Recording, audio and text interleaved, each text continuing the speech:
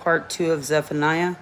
It's a continuation. So, who says to themselves, the Lord will not do good or evil? Their wealth will become plunder, and their houses a ruin. They will build houses but never live in them, plant vineyards but never drink their wine. The great day of the Lord is near and rapidly approaching. Listen, the day of the Lord. Then the warrior's cry is bitter. That day is a day of wrath, a day of trouble and distress, a day of destruction and desolation, a day of darkness and gloom, a day of clouds and total darkness, a day of trumpet blast and battle cry against the fortified cities and against the high corner towers. I will bring distress on mankind, and they will walk like the blind because they have sinned against the Lord. Their blood will be poured out like dust, and their flesh like dung. Their silver and their gold will be unable to rescue them on the day of the Lord's wrath. The whole earth will be consumed by fire of his jealousy. For he will make a complete, yes, a horrifying end of all the inhabitants of the earth. Chapter 2.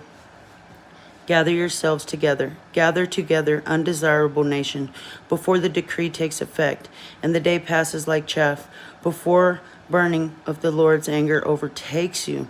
Before the day of the Lord's anger overtakes you, seek the Lord, all you humble of the earth, who carry out what he commands.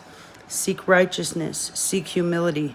Perhaps you will be concealed on the day of the Lord's anger. For Gaza will be abandoned, and Ashkelon will become a ruin.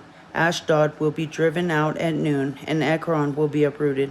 Woe, inhabitants of the seacoast, nation of the Cherethites, the word of the Lord is against you. Canaan, land of the Philistines, I will destroy you until there is no one left.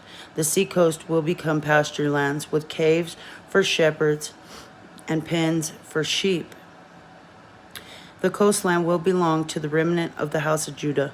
They will find pasture there. They will lie down in the evening among the houses of Ashkelon, for the Lord of their God will return to them and restore their fortunes. I have heard the taunting of Moab and the insults of the Ammonites, who have taunted my people and threatened their territory.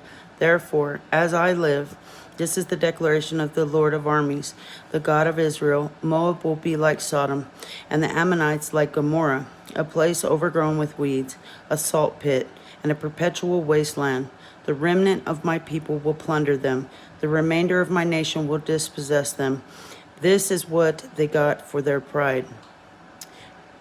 Finish on part 3.